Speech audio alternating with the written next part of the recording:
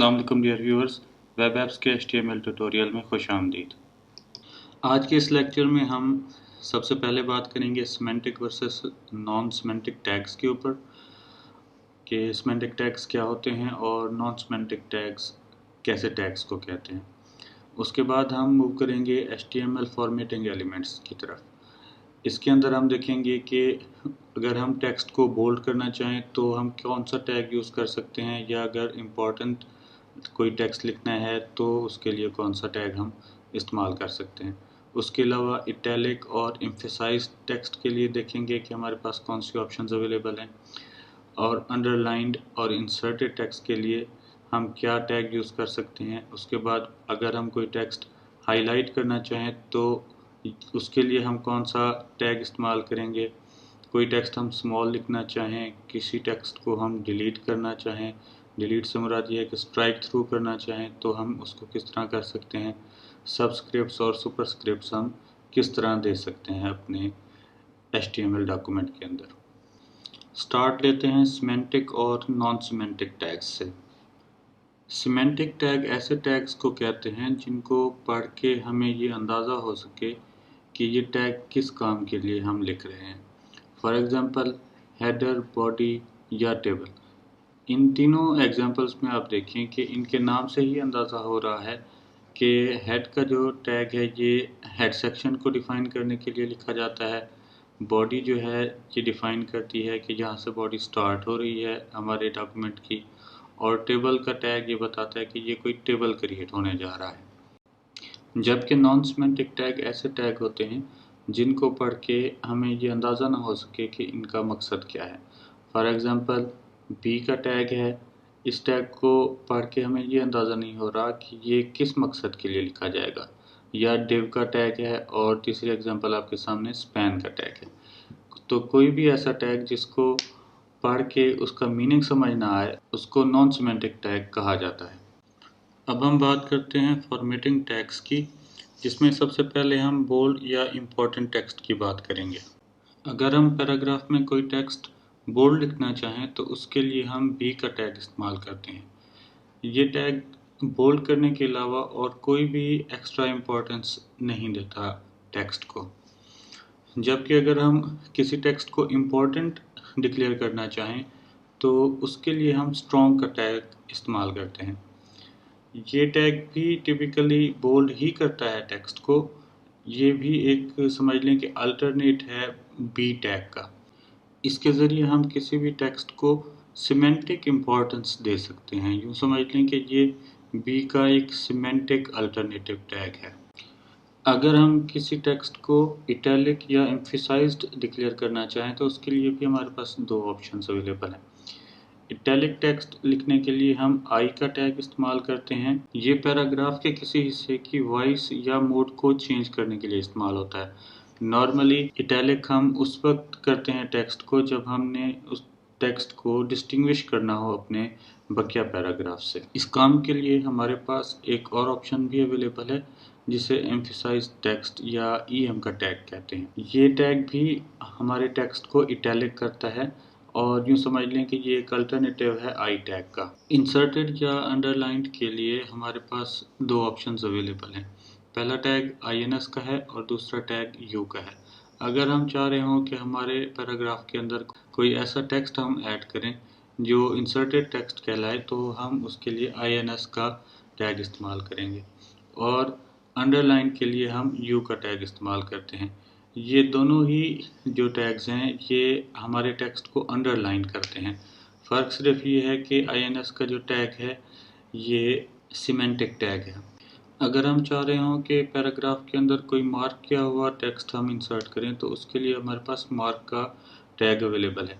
ये tag simply हमारे text को हाईलाइट कर देता है। अगर हम ये चाह रहे हों कि पैराग्राफ का कुछ हिस्सा छोटा नज़र आए, स्मॉल फ़ॉन्ट में हो, तो हम उसके लिए स्मॉल का टैग इस्तेमाल करते हैं।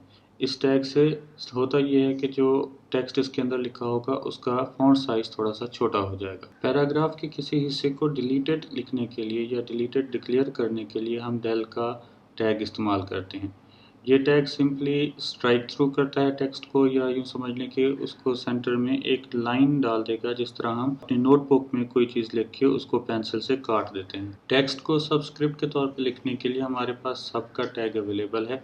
इससे होता यह है कि जो टेक्स्ट सब के अंदर लिखा हुआ होगा उसका साइज़ नॉर्मल साइज़ से हाफ हो जाएगा और ये नॉर्मल लाइन के निचले हिस्से में अपेयर होगी। ये बेसिकली किसी चीज़ की बेस को डिफाइन करने के लिए, या कोई अगर फार्मूलाज आपने लिखने हो केमिकल, फॉर एग्जांपल H2O लिखना हो, तो ऐसी चीज़ों के लिए सबस्क्रिप्ट इस्तेमाल किया जाता है। टेक्स्ट को सुपरस्क्रिप्ट के तौर पर लिखने के लिए हमारे पास इसके लिए स्पेशल एक टैग है जिसको SUP कहते हैं, या ये बेसिकली शॉर्ट फॉर्म है सुपरस्क्रिप्ट की। ये कहता ये है कि जितना भी टेक्स्ट आप सुपरस्क्रिप्ट के अंदर लिखेंगे ये पावर के तौर पे या नॉर्मल टेक्स्ट से बेसिकली ये भी हाफ साइज में आएगा और ये अपर हाफ पे अपेयर होगा, जिस तरह हमने किसी चीज़ की पावर लिखनी होती है। आइए हम तमाम फॉर्मेटिंग टैग्स को इम्प्लीमेंट करके देखते हैं। उसके लिए हमने ये बेसिक कोड पहले से लिखा हुआ है। हमने बॉडी सेक्शन के अंदर टेक्स्ट लिखना है और इसका आउटपुट हम चेक करते जाएंगे कि किस टैग से हमारे आउटपुट पे क्या असर आता है। उसको चेक करने के लिए सबसे पहले हम नॉर्मल टेक्स्ट यहाँ पर लिखते हैं। पैराग्राफ का एक टैग हम बनाएंगे और इसके अंदर लिखेंगे दिस टेक्स्ट इज नॉर्मल, और पी का टैग हम यहाँ क्लोज कर देंगे। इसका आउटपुट हम पहले देख लेते हैं। ये देखें आपके सामने स्क्रीन पर दिस टेक्स्ट इज नॉर्मल लिखा हुआ आ गया है। अब हम इस लाइन को कॉपी करते हैं और इसे नीचे दोबारा पेस्ट कर देते हैं।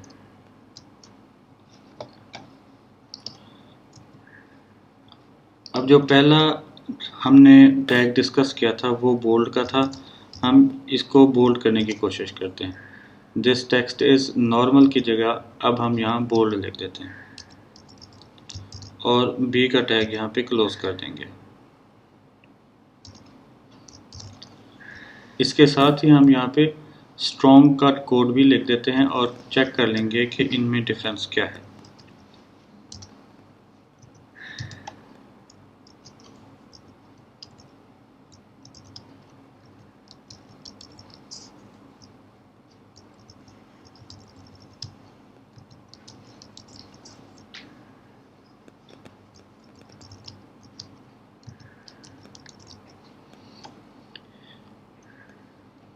अब इसको सेव करके इसका आउटपुट देखते हैं।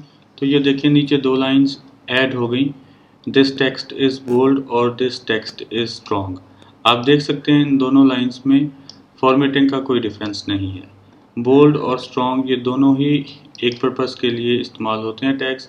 सिर्फ फ़र्क ये है कि बी का जो टैग है वो नॉन सिमेंटिक है और स्ट्रॉन्ग का टैग सिमेंटिक है। अब इस कोड के अंदर हम इटैलिक को ट्राई करते हैं। स्ट्रॉन्ग की जगह पे यहाँ पे हम आई का टैग इस्तेमाल करते हैं।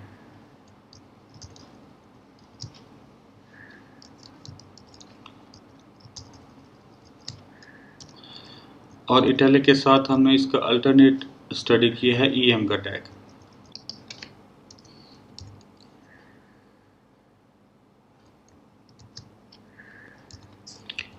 ये एम्फसाइज्ड के लिए है, इसको सिंपली ईएमपी लिख के ट्राई कर लेते हैं। ये देखिए दो लाइंस अपीयर हो गई हैं, this text is italic and this text is EMP. इन दोनों में भी आपको कोई डिफरेंस नज़र नहीं आएगा क्योंकि ये दोनों टैग्स भी एक दूसरे के अल्टरनेट के तौर पे इस्तेमाल होते हैं। अब हमारे पास अगले जो दो टैग्स हैं वो अंडरलाइन के लिए हैं। हम दो लाइंस कॉपी करके यहाँ पेस्ट कर लेते हैं। फर्स्ट लाइन को हम अंडरलाइन के लिए यू इस्तेमाल करते हैं,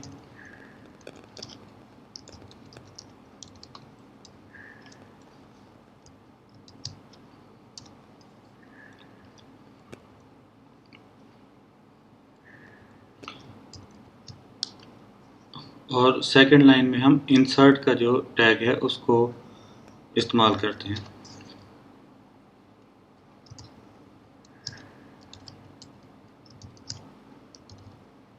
अब इसका आउटपुट चेक करते हैं। ये देखिए 2 लाइंस आपके सामने अपीयर हो गई हैं और दोनों ही अंडरलाइन हैं, इसके अलावा और कोई डिफरेंस नहीं है इन दोनों लाइंस के अंदर। हमारे पास जो नेक्स्ट टैग है वो मार्क का है। उसको टेस्ट करने के लिए हम यहाँ पे कंप्लीट लाइन को मार्क करने की बजाय सिर्फ एक लफ्ज़ मार्क करते हैं।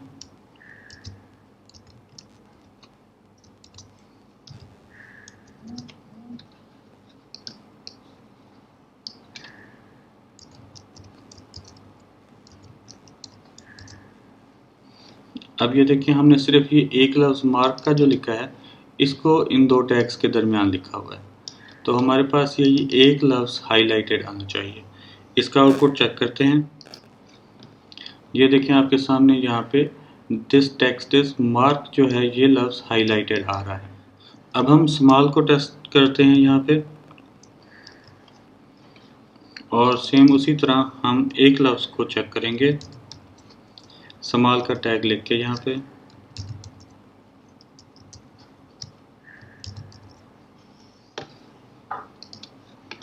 आउटपुट में आप चेक करें कि दिस टेक्स्ट इज तो नॉर्मली लिखा हुआ है लेकिन स्मॉल जो है ये कंपैरेटिवली छोटा हो गया है। अब डिलीट का टैग हम टेस्ट करते हैं। उसके लिए हम एक और लाइन यहाँ पर इंसर्ट कर लेते हैं और इस सब की जगह पे यहाँ पे हम डिलीट का लफ्ज़ लिख देते हैं। डिलीट के लिए हमारे पास डेल का टैग अवेलेबल है और इसको एंड पे हमने क्लोज करना है /del लिखकर। इसको सेव करके इसका आउटपुट देखते हैं। अब ये देखें कि ये स्ट्राइक थ्रू टेक्स्ट हमारे सामने आ गया है। ये बिल्कुल उसी तरह है जिस तरह हमने नोटपैड पे या हमारे जो नोटबुक होती है उसके ऊपर कुछ लिखकर पेंसिल से उसे काट दिया हो। अब हम टेस्ट करते हैं सबस्क्रिप्ट और सुपरस्क्रिप्ट को। हम यहाँ पे सबस्क्रिप्ट के लिए सब का टैग यूज़ करेंगे और लेट्स सपोज यहाँ हम H2O फार्मूला यूज़ करते हैं। H लिखने के बाद हम सब लिखेंगे और सबस्क्रिप्ट हमने करना है सिर्फ 2 को, तो सब के अंदर सिर्फ 2 लिखा हुआ आएगा और O जो है वो हमने इसके बाहर लिखना है और इसके बाद हम यहाँ पे कोड सुपरस्क्रिप्ट का भी लिख देते हैं। सुपरस्क्रिप्ट के लिए SUP टैग हम यूज़ करेंगे और लेट्स सपोज हम लिखना चाह रहे हैं h raise to the power 2 या जिस तरह फार्मूला होता है x raise to the power 2 और इसको यहाँ पे क्लोज कर देंगे। इसके बाद ये O लिखने की ज़रूरत नहीं है। अब हम इसको टेस्ट करते हैं। ये देखें आपके सामने H2O लिखा हुआ आ गया। इसमें 2 जो है ये सबस्क्रिप्ट किया हुआ है और नीचे वाली लाइन में x² लिखा हुआ आ गया। इसमें जो 2 है, जो इसकी पावर 2 है, ये सुपरस्क्रिप्ट के तौर पे हमारे सामने अपीयर हो रहा है। तो ये आपके सामने मुख्तलिफ स्टाइल्स हैं। आप पैराग्राफ के अंदर इन मुख्तलिफ स्टाइल्स को इस्तेमाल करते हुए अपना टेक्स्ट लिख सकते हैं। इसके साथ ही हमारा आज का ये लेक्चर कंप्लीट होता है।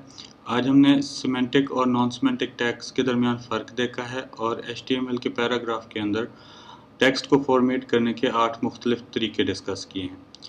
अगर आपको हमारी ये वीडियो पसंद आई हो तो काइंडली इसे लाइक कर लें और हमारे चैनल को सब्सक्राइब कर लें ताकि आपको हमारे आने वाली वीडियोस की अपडेट्स मिलती रहें।